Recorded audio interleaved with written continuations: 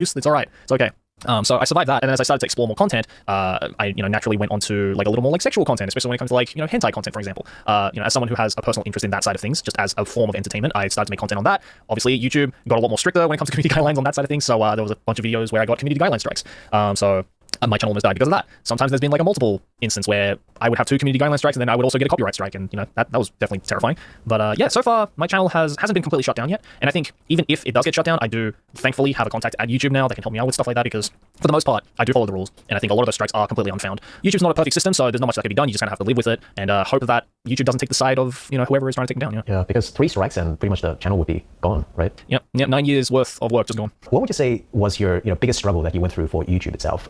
Was there a moment which it was quite difficult for you financially, or was there a moment which you were almost thinking, man, maybe I can't make it as a YouTuber? I think maybe not, just because there was never a point in my YouTubing career where I wanted to be a YouTuber. I think I always kind of took YouTube as not so much this like employment opportunity, but rather this thing that would always be around as just a hobby. And I think up until I'd say maybe like, as early as like maybe 3 or 4 years ago, I didn't really take YouTube all that seriously as a job. I always just view it, again, as a hobby that just paid my bills. So I think that mentality definitely saved me from the stress of this like overwhelming pressure to like make it as a content creator on YouTube, just because I never really saw it as this like legitimate business, endeavor. Obviously not until, I started working with other people, for example, like Trash Taste definitely helped me kind of put myself in that business mindset, because, when it was just me and my main channel, the only person I had to think about was myself. All the responsibility was on me. If I messed up, then the only one who's going to pay for the consequences is myself. But once I started Trash Taste and I joined the agency, now I had to think about other people. Now other people's livings and careers were on the line. So that definitely made me kind of snap into reality to be like, oh, now this is like an actual job. Now there is like, pressure on you to succeed, because if you don't succeed, then these other people you care about are also not going to succeed.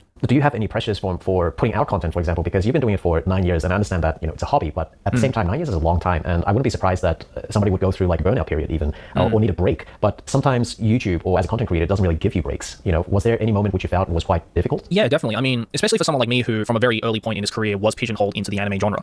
There were times where I wanted to kind of expand upon the videos I wanted to make, because obviously, as much as I love anime and that whole subculture, I also have other interests like music and film and all that kind of stuff. So there were times where I would try and make something that was not anime, and then my audience would come out and be like, oh, I don't want to watch this. I want to watch anime content. Can you make a video on X anime? Can you make a video on Y anime? Blah, blah, blah, blah, blah. And it was always just like anime content. And, I don't blame my audience for that. I blame myself for calling myself the anime man. And that's, one big reason why I regret naming myself that. But, it can't be helped. And now that that's just kind of become a brand of mine, it's, a lot of newcomers to the channel look at the content I make now and go, oh, where's the anime content? So, there was always that pressure to like live up to my name, I guess, that I gave myself. But, I very soon realized if I do just kind of answer to the audience and try and live up to that namesake and just pump out content about anime that, I still love, but I also don't want to just do because it satisfies my audience. I want to make content that satisfies me first and foremost, and then hopefully satisfies my audience second. Because otherwise, if you just do stuff that entertains your audience and don't think about yourself, that's how YouTubers break down. That's how YouTubers go into burnout. That's what makes YouTubers quit entirely. And I don't want to do that, because I enjoy making content. I enjoy making YouTube videos. I enjoy being creative, but I also like the freedom that I have to be able to do all sorts of different things regardless of my branding. So what's your ultimate goal as a content creator then?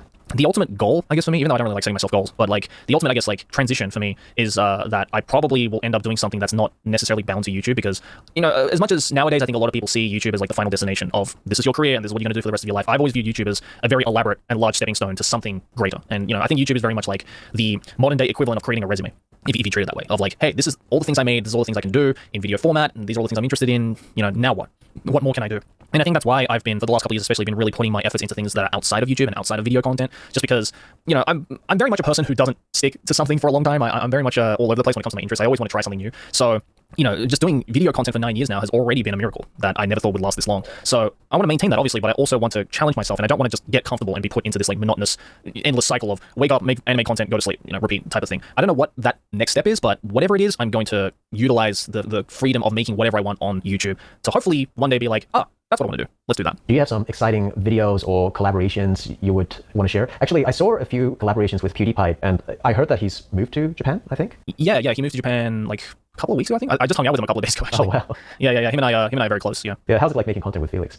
Felix is really interesting because he is one of the most humble dudes I've ever met in my life. I mean, I can very confidently say that if I was in his position, I would absolutely be up myself, as I think most people would be, but it's incredible how humble and down to earth that guy is. And every time I hang out with him, whether that be on video or off video, I've hung out with him definitely way more off video than just on video, because he's just a really fun guy to be around, and him, our interests are very much the same. It shocks me. There's always that moment whenever I come back home of being like, oh yeah, I forgot, that's PewDiePie. That's literally the biggest dude on the platform. and is like a big inspiration for, you know, why a lot of people, including myself, make content on this platform. And it's just like, you know, we talked about ultimate goals. I think that's where I want to be in life, where no matter, you know, how big and grandiose of a thing I may become, if I ever become that, you know, it's always just a matter of like, just be a nice person, just be humble, just be down to earth, don't be up yourself, and everyone will like you. But, you know, when it comes to like making videos now, I am very much a person where if I don't like you personally, then I won't collaborate with you, no matter what. Like, you know, there's been lots of big YouTubers that I've gotten in contact with who I just didn't really mesh with all that much, who I'm just like, well, I could collaborate with you. That'd be great to feed my ego and get the clout, but at the end of the day, I'm not going to enjoy it because I don't really like this person. So what's the point? We appreciate you doing an interview with us then. Oh, yeah, no, of course. No. I mean, like, it's so, to be honest, it was so crazy how you guys emailed me because I've been watching your guys' videos forever. So it's just really cool that I'm like, yes, I finally get to be on Asia. Let's go.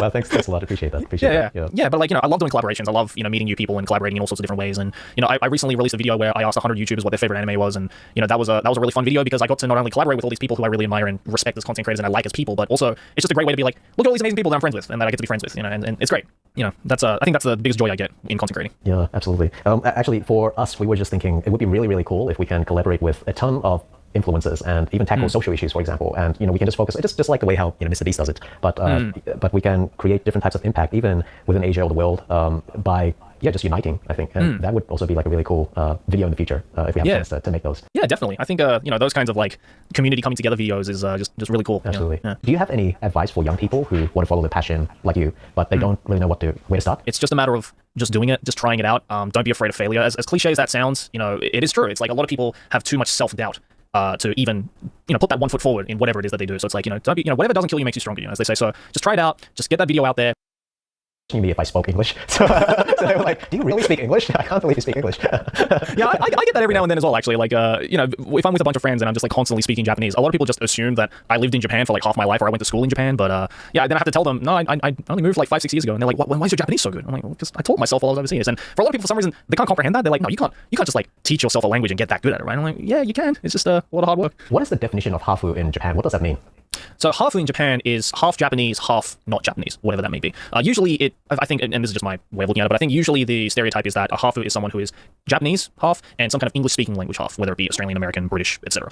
Obviously, you know, there are a lot more than that, but I think that's the common way of looking at a hafu, yeah. I mean, a lot of people have said that hafu is kind of like a derogatory term or whatever, but I mean, I don't really see it that way, and I think you can, you know, if people do use it in bad intentions, I think you can see it. Like, you can see bad intention when you see it. So, you know, whenever people have called me hafu, like Japanese people have called me hafu, I've never really seen or felt any like bad intention from them. I think that's just like a very convenient term to just use for people like us. Why do some people think it's derogatory?